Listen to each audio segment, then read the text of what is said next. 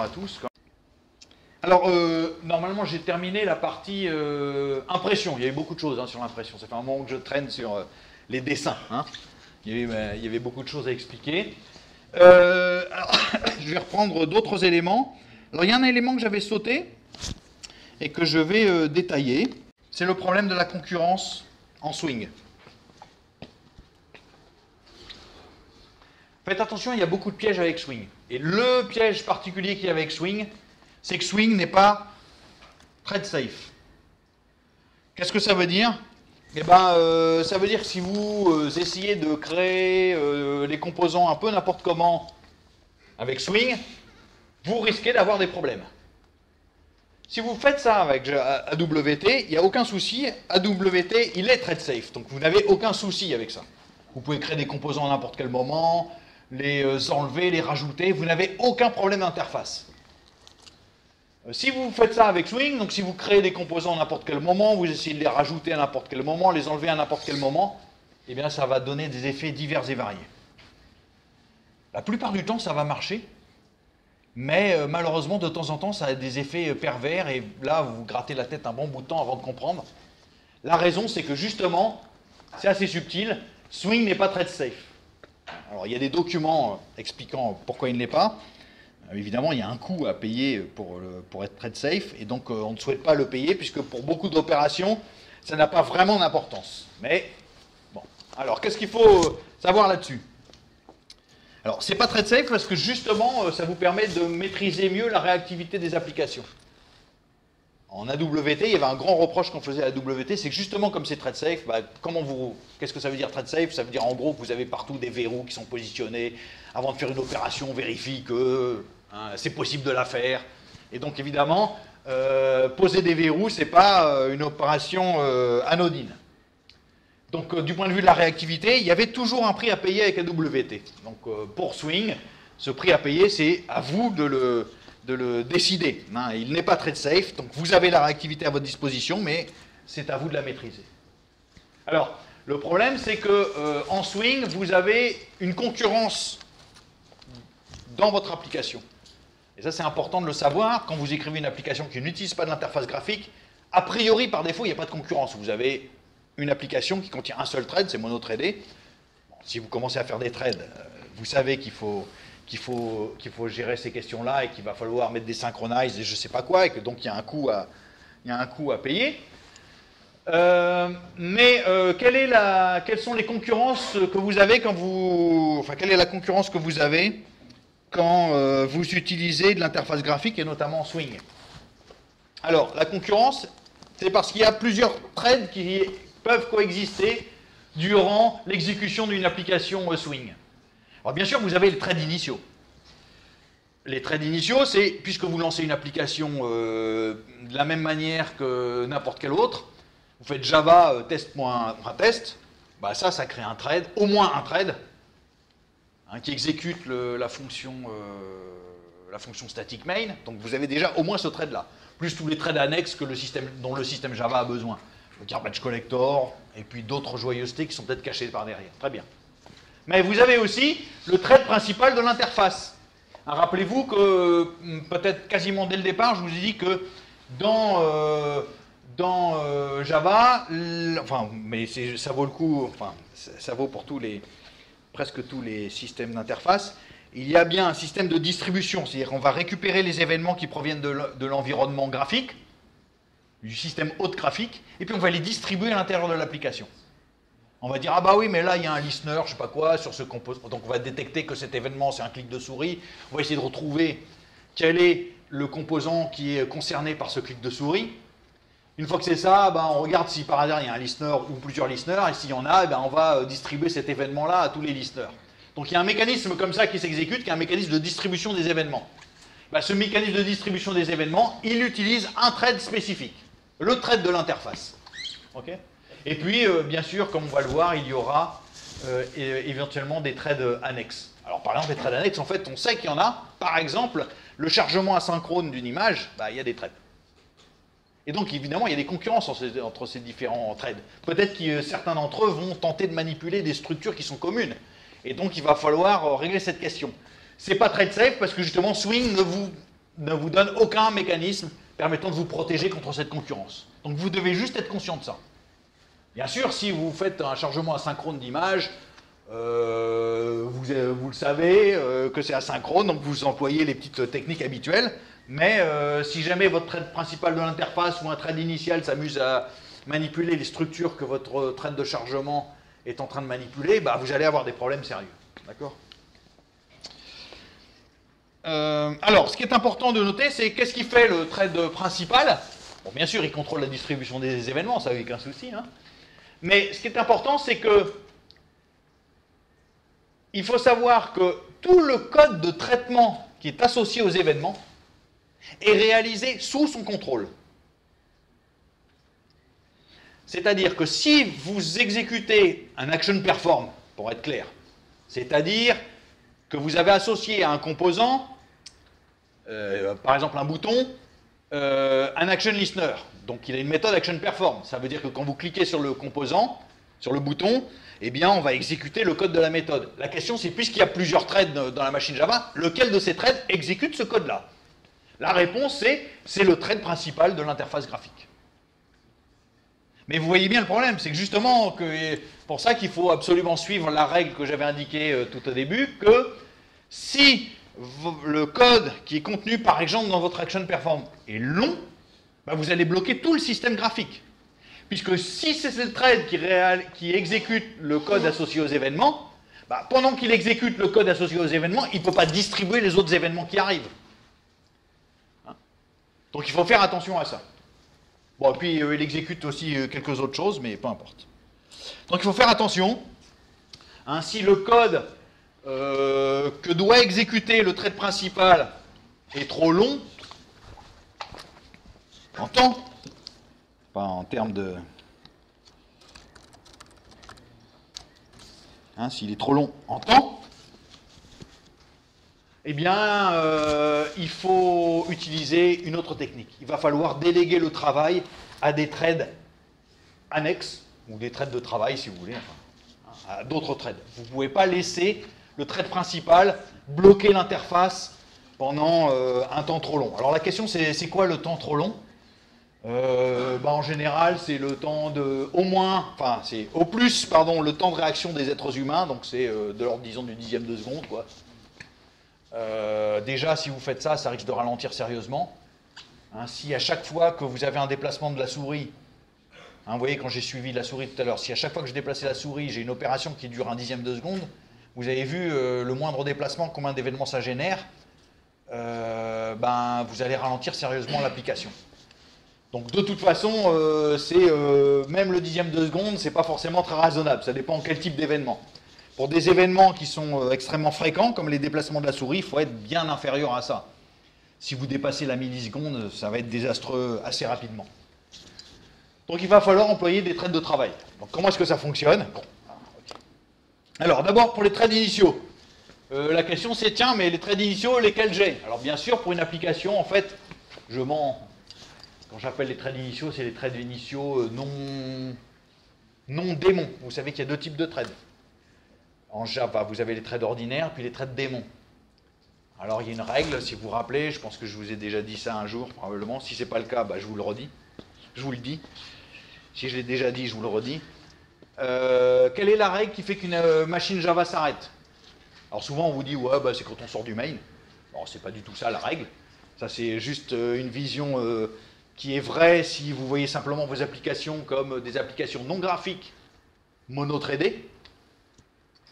Mais il y a une règle, alors parfois on vous dit, ah ouais, mais en fait, si on est dans le cadre d'une application multithread, en fait, il faut que tous les threads s'arrêtent.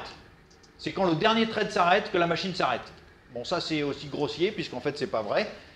La règle, c'est une machine Java s'arrête quand tous les threads non démons s'arrêtent.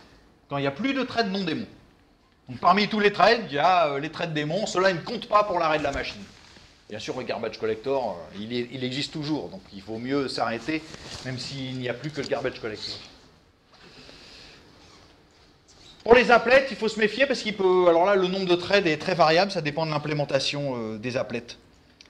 On ne fait plus trop d'applets, mais peut-être qu'on manipulera ça à l'occasion.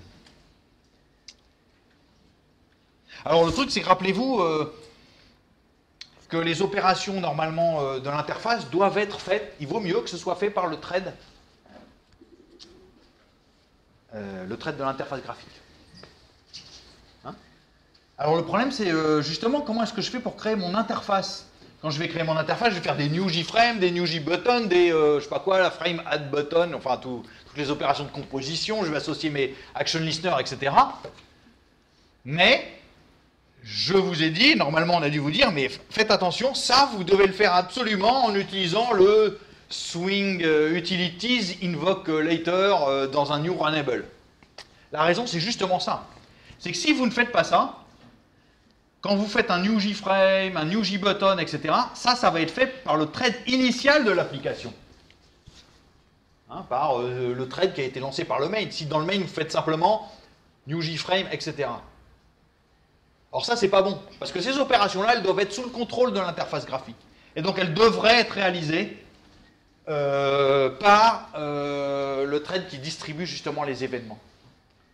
Si vous tentez l'expérience, vous allez me dire, ah ouais, mais si j'enlève le swing utilities, invoke later, machin, là, l'usine à gaz, ça marche, monsieur. Ouais, ça marche, sauf que il y a des cas, de temps en temps, ça va pas marcher. Et là, vous allez vous dire, ah, mais qu'est-ce que c'est que cette histoire? Tout ça, ça marchait, je comprends pas. Ah oui, vous ne faites pas les choses comme elles devraient être faites. Alors, c'est pour ça, c'est à ça exactement que sert le swing utilities, invoke later ou invoke on wait. C'est que simplement ça a pour effet, comme le nom est indiqué, donc oublions le utilities, hein, simplement on ne savait pas où ranger ça, donc on a appelé cette classe swing utilities. Hein, mais ça signifie que, en fait, le code que vous avez encapsulé dans votre enable, vous demandez à ce qu'il soit exécuté par le thread swing, par le thread de l'interface, en fait. D'accord? Et donc ça, vous êtes sûr que ça va se créer proprement, puisque c'est le thread de l'interface qui va exécuter le runnable et qui donc va faire le new JFrame, new button et les composer. Et vous savez que c'est lui qui le fait, donc il fera les choses au moment où ça doit être fait. Si vous ne le faites pas faire par le thread de l'interface graphique, votre problème, c'est que justement, la création des JFrames ou l'association du bouton dans le JFrame ou je ne sais pas quoi ne va pas forcément se faire au moment où ça devrait être, où il est possible de le faire. Donc ça va se faire mal. Voilà. Bon, pour les applets, c'est pire, il faut utiliser invoke on wait et non pas invoke un later. Il faut mieux même être bloquant. La différence entre invoke on wait et invoke later, c'est est-ce que vous faites ça en mode bloquant ou pas. Donc invoke later, c'est pas en mode bloquant. Invoke on wait, ça l'est. Alors, maintenant, si vous voulez réaliser des threads de travail, très bien. Maintenant, tout va bien, ok, j'ai compris, je fais un swing utilities, invoke later, un new runnable, je mets mes new JFrame dedans, je fais toute la composition de mon interface dedans, ok. Je prends ça pour argent comptant, ou alors je me souviens que c'est très important pour les histoires de concurrence. Alors maintenant, il faut que je résolve le problème, mais comment est-ce que je fais pour réaliser des tâches en réponse à des sollicitations des tâches longues, en réponse aux sollicitations de l'utilisateur. Il clique sur un bouton, il déclenche un menu, je ne sais pas quoi, et ça doit faire une opération qui est longue. Et si cette opération est longue, par défaut, ça va être fait par le thread de l'interface. Si l'opération est longue, ça va bloquer le thread de l'interface, et donc, ça va rendre l'interface inopérante durant toute la durée du travail. Donc ce qu'il faut, c'est réaliser, vous pouvez faire réaliser le travail par un thread annexe. Bon, là, de ce point de vue-là, il n'y a aucune difficulté. Le problème, maintenant auquel vous êtes confronté, c'est que le travail qui doit être fait par le listener, en gros. Peut-être que ce travail-là, il a aussi un impact sur l'interface. Et donc je retombe dans mon souci de tout à l'heure. Mon opération est longue, donc je la délègue à un thread qui n'est pas le thread de l'interface. Le problème, c'est que ce thread, il va exécuter du code qui peut-être a besoin de faire des choses dans l'interface. Aïe. Donc il faut bien que ces opérations qui doivent être faites, enfin qui modifient ou qui ont un impact dans l'interface, soient faites par le thread de l'interface. Donc comment je m'en sors? Alors j'ai tout un mécanisme pour faire ça. Bien sûr, vous pouvez le faire avec des threads ordinaires, mais vous avez des classes pour faire ça, et notamment vous avez la classe Swing Worker. Ok? Donc quelle est l'idée du Swing Worker? Bah, c'est simplement que vous allez décrire un travail, hein, comme son nom l'indique de Swing Worker, mais un travail qui va se faire en collaboration avec Swing. C'est pas un simple thread tout bête. C'est un thread qui va exécuter du code qui doit avoir un impact avec Swing. Et donc, il va y avoir une collaboration entre le thread de l'interface graphique, Swing, et puis votre thread à vous. Donc, il fait un certain travail, et puis au milieu de ce travail, il y a des opérations à faire par Swing, donc il faudra communiquer à Swing des choses. Et puis, le travail, il aura aussi une fin. Alors, peut-être vous verrez ça dans le cours de concurrence ou je ne sais pas quoi, mais c'est la notion de futur.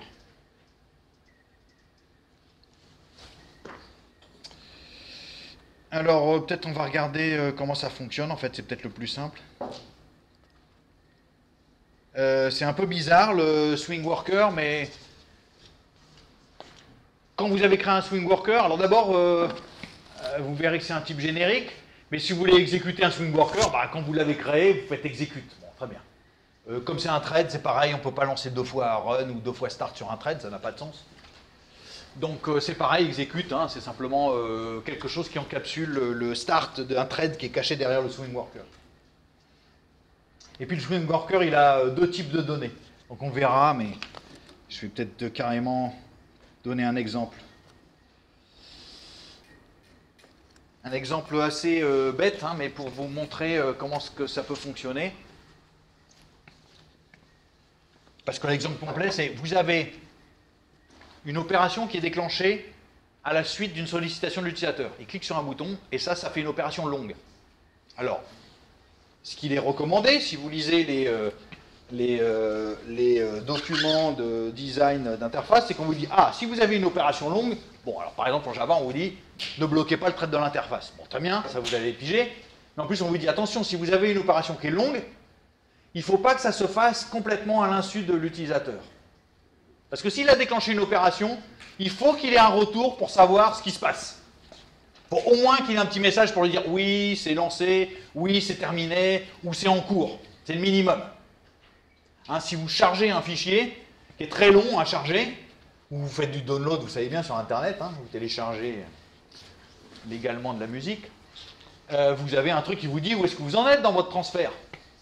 Parce que si vous n'aviez pas ça, vous ne sauriez jamais. Est-ce que le transfert il marche, ou est-ce que vous en êtes, est-ce qu'il faut encore attendre 3 jours, ou est-ce qu'il faut, ou alors encore 2 minutes. Donc vous avez toujours besoin, pensez à ça aussi du point de vue ergonomique dans les interfaces, de rendre compte à l'utilisateur des opérations qui sont en train de se produire. Est-ce qu'elles ont fonctionné? Est-ce qu'elles sont en train de se fonctionner, etc. Donc là, j'ai simulé un truc tout bête, hein, c'est simplement une opération longue qui ne fait rien d'intéressant, bien sûr, puisque c'est pour l'exemple. Mais par contre, ce qu'elle va produire, c'est au niveau de l'interface, le fait qu'il y ait une espèce de progression qui fait avancer la tâche. Et bien sûr, ce que je vais faire, c'est un Swing Worker. Je ne veux pas bloquer l'interface principale. Alors, comment est-ce qu'il fonctionne ?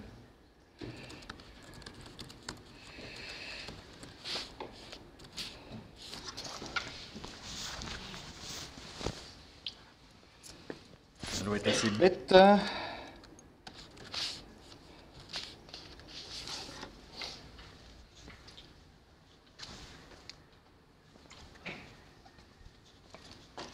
Donc j'ai un machin comme ça, hein, peu importe. L'idée c'est que j'ai une barre de progression qui me représentera l'opération en cours, enfin la progression de l'opération en cours. Et puis j'ai un bouton pour déclencher une opération. D'accord ? Donc si je fais aller, je sais pas ce que ça ne doit pas faire grand chose intéressant. Simplement c'est un truc qui prend du temps, et puis de temps en temps ça renvoie des valeurs pour dire que ça avance. C'est ça l'idée, et c'est à ça que sert un Swing Worker. Et vous voyez que de temps en temps, il doit dire ah, j'ai avancé, ou je veux représenter le fait que ça a avancé. Et donc, cette opération de représentation à l'écran du fait que ça a avancé, ça doit se faire par le thread de l'interface. Donc, je le fais, bon voilà, ok.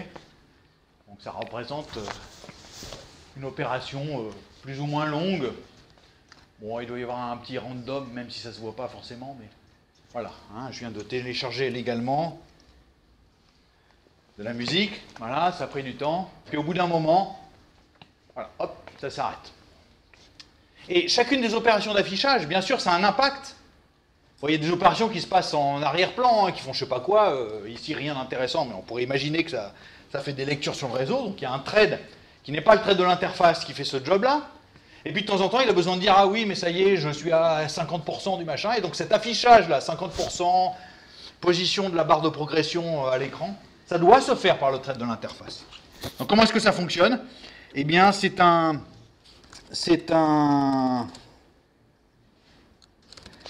swing worker qui va faire le boulot. Donc on va regarder comment est-ce que c'est représenté. Donc du point de vue de l'interface, il n'y a rien de bien mystérieux. Hein, l'interface, c'est quoi? Une barre de progression horizontale qui permet de représenter une valeur comprise entre 0 et 100. Donc c'est très facile, hein, une barre de progression. Hein. Vous choisissez la granularité que vous voulez. Et puis au départ, pendant elle représente une valeur de 0, bien sûr elle est positionnée sur la valeur 0. Et puis, je ne sais plus à quoi ça sert. Ah si, le set string painted, ça permet d'obtenir un petit label qui va avec. Je pense que l'affichage des 91% ou 50%. Il n'y a pas seulement la représentation de la barre, mais il y a aussi la valeur qui est représentée. Et puis, simplement, dans un premier temps, vous voyez qu'elle est placée dans un mode indéterminé. Je n'ai pas encore lancé le job, donc il y a la barre de progression, mais il y a deux modes pour les barres de progression. Soit vous savez déterminer quelle est la valeur courante de la progression dans la progression totale, ou alors, parfois, vous ne savez pas encore le déterminer. Et il y a des fois où c'est d'ailleurs pas possible. Hein. Si vous lisez un flux, vous ne connaissez pas nécessairement la longueur totale du flux. Donc vous avez un mode indéterminé. Alors ici, c'est un bug de la JVM sur... oui, les JVM sont buggés. Hein. Et sur mon Mac, comme le bug de la semaine dernière. Dans le mode indéterminé, normalement, il y a aussi un effet graphique. Hein. Normalement, je devrais voir ma barre tourner, là. Donc on ne la voit pas, là, mais ça, c'est... Là, elle est en mode indéterminé. Normalement, je devrais avoir un effet juste pour dire que quelque chose se passe. Donc même si on ne sait pas évaluer la progression, il faut donner un effet visuel à l'utilisateur pour dire que quelque chose se passe. Bon, là, peu importe, c'est pas... Ok, c'est un bug. Et puis, alors j'ai un bouton aller, très bien. Et puis, c'est ma classe doIt qui fera le travail qui sera déclenché par le bouton aller. Donc c'est un listener, hein, c'est essentiellement ça que fait le doIt. Et puis l'opération doIt, comme on va le voir, il utilise évidemment ma barre de progression puisqu'il va avoir besoin de la positionner, de modifier sa valeur à intervalles plus ou moins réguliers. D'accord? Alors que fait doIt? J'ai une classe doIt, donc on va regarder ce qu'elle fait. Donc c'est un action listener. Et puis simplement, ça ne fait pas grand-chose, mais en gros, quand vous cliquez sur le bouton, ça déclenche le action perform. Qu'est-ce que ça va fabriquer? Ça va exécuter le LJ. Donc LJ, ça doit être un long job, donc c'est une classe à moi qui doit être un swing worker. Donc l'action, c'est ça dont il faut se rendre compte, c'est que normalement, si je n'utilisais pas un long job, tout le code qui est dans le long job, ce serait ici. Mais ce code-là, il est lent. Long. Et si je l'exécute là, vous avez toute la durée du travail que vous avez vu visuellement. Pendant toute cette durée-là, je ne pourrais même plus descendre un menu, je ne pourrais rien faire. Donc ça, ce n'est pas forcément agréable. Alors vous allez dire, bon, c'est pas très grave, si l'utilisateur est prévenu que pendant une minute, il ne va rien se passer très bien, mais s'il ne peut même pas descendre un menu, ça veut dire qu'il ne peut même pas utiliser un bouton cancel. Hein. Donc, au minimum, il faut quand même qu'il puisse faire un cancel. Donc long job, regardons la classe long job, c'est elle qui du coup est intéressante. Alors long job, c'est un swing worker. Hein, donc j'ai fait une sous-classe de swing worker et dans swing worker vous avez deux types pour instancier la classe générique. Donc c'est un job, il est censément produire un résultat. Donc il y a le type du résultat. Qu'est-ce que produit votre swing worker? Et puis 2, il produit aussi des résultats intermédiaires, puisque durant son boulot, vous avez vu qu'il produit des résultats qui me servent à dire que j'ai progressé de 43%, 45%, 49%. Donc, vous avez deux types. Le type des résultats intermédiaires, Donc ça produit des entiers, puis le type du résultat final. Moi, j'ai rien produit au final, donc j'ai utilisé le type void. Bien sûr, quand on est dans les types génériques, vous ne pouvez pas instancier en Java les types génériques avec des types primitifs. Donc vous êtes obligé d'utiliser les classes wrapper de Java qui encapsulent les types primitifs. Comme vous avez le boxing et unboxing, il n'y a aucun souci. Qu'est-ce qu'il fait, le swing worker? Vous voyez qu'il a d'abord une méthode do in background qui fait le travail en partie, qui fait le travail justement en arrière-plan, puisque c'est un thread, donc il va le faire en arrière-plan, entre guillemets, du thread graphique. Donc qu'est-ce qu'il fait? Simplement, vous voyez qu'il s'endort pendant un temps plus ou moins variable. Donc ça représente le fait qu'il a été, je sais pas quoi, lire des données sur le réseau, je sais pas quoi, enfin, ce que vous voulez. Et puis de temps en temps, à intervalles réguliers, il veut produire des résultats intermédiaires. Pour dire, tiens, j'en suis là, je sais pas quoi. Donc moi, les résultats intermédiaires que j'ai, c'est simplement de produire l'avancée dans le chargement total, ou je sais pas quoi, l'avancée dans le job. Donc j'ai une méthode particulière qui fait publish i.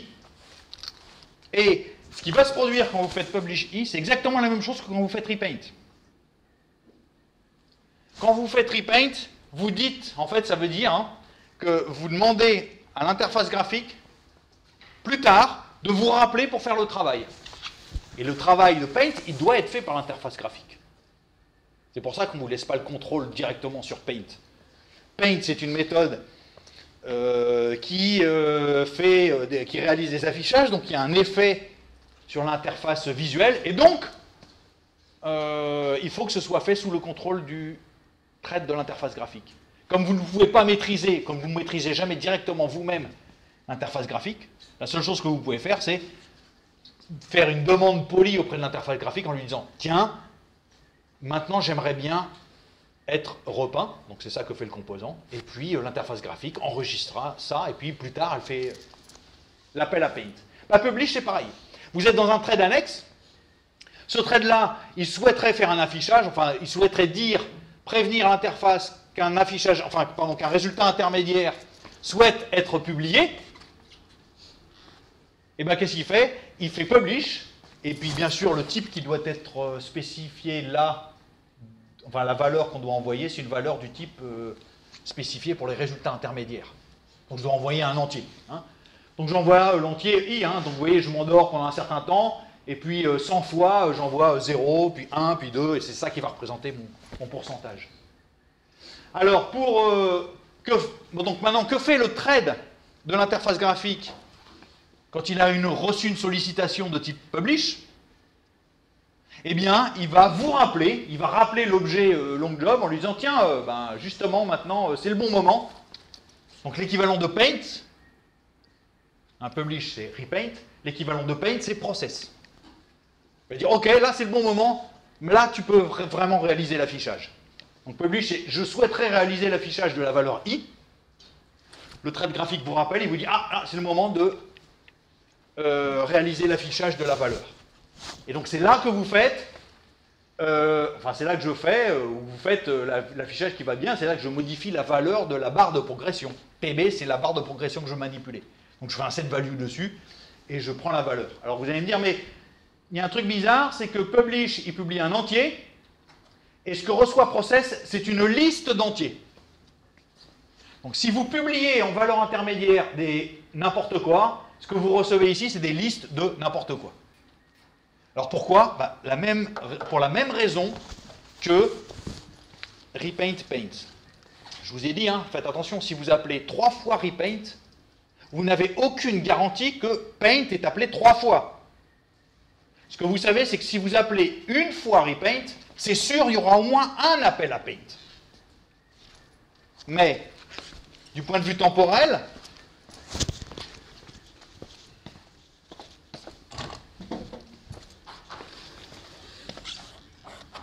donc vous avez un composant qui fait des appels à repaint.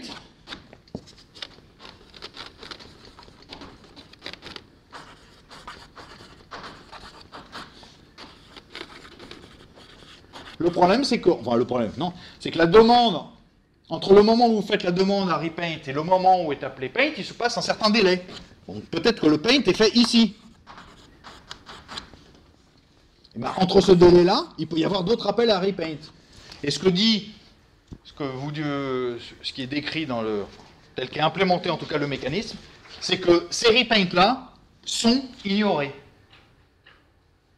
Et c'est normal, hein, puisque après tout, Paint, il est sous la maîtrise du composant, donc il connaît son état. Donc si vous avez fait plusieurs repaints, c'est que vous avez changé plusieurs fois l'état. Donc de toute façon, à ce moment-là, il suffit juste d'afficher l'état courant, et c'est entre guillemets, celui correspondant au dernier repaint. Pour Publish, là, le problème est un petit peu plus subtil. C'est qu'évidemment, vous avez deux traits concurrents, donc il y en a un qui fait des Publish à mort, là, de façon frénétique, puis il y a le trait de l'interface, lui, il a sa propre temporalité, sa propre horloge, hein, son propre temps, et puis il le fait à intervalles plus ou moins longs. Donc entre le moment où vous avez fait un publish et le moment où il appelle en réponse à ce publish le process, peut-être qu'il y a eu d'autres publish. Donc ce que fait le système de Swing Worker, c'est simplement ce qu'il vous envoie, c'est l'ensemble de toutes les valeurs intermédiaires qui ont été produites entre le premier publish qui n'avait pas été traité et puis le process. Donc si vous avez publish, quand on vous rappelle avec process, vous obtenez les trois valeurs intermédiaires qui étaient censément être affichées. Bon, alors peut-être juste la dernière suffit, hein, mais peut-être que j'aurais dû simplement prendre la dernière de la liste. Hein, c'est pas forcément utile de faire ça, c'est-à-dire de traiter tous les entiers intermédiaires. Peut-être que le dernier suffirait. Sur une liste, je ne sais pas comment on obtient le dernier élément d'une liste. Quelqu'un a ça sous la main? Vous n'avez pas ça? Mais ça marcherait aussi, il n'y a pas de souci. Alors, la chose qui reste, c'est simplement qu'il y a aussi, quand le job est terminé, alors d'abord, vous voyez que la réponse, le type de retour de doInBackground, c'est en fait le type de retour du job, puisque doInBackground, ça représente l'ensemble du travail qui doit être fait par le Swing Worker. Donc quand doInBackground a terminé, eh bien il doit renvoyer une valeur du type indiqué. Alors je ne renvoie rien puisque j'avais décidé que j'étais un void, donc tout va bien. Mais il y a encore une dernière opération qui est à faire, c'est que quand le job a terminé, on aimerait bien mettre à jour l'interface. Donc par exemple, vous avez vu que dans l'opération quand j'exécutais mon truc, une fois que c'était terminé, eh bien, par exemple, j'ai fait disparaître la barre de progression.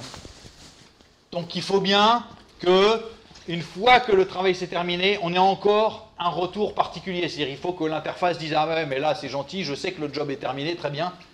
Qu'est-ce que vous voulez faire avec l'interface ?» Donc, il faut laisser au moins une opération supplémentaire à la fin pour dire qu'on veut mettre à jour l'interface. Vous voyez, hein, j'ai fait disparaître la barre de progression. Donc, bon, il reste des petits messages de debug.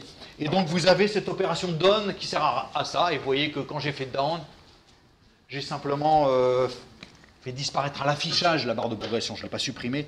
J'ai simplement fait un set visible false.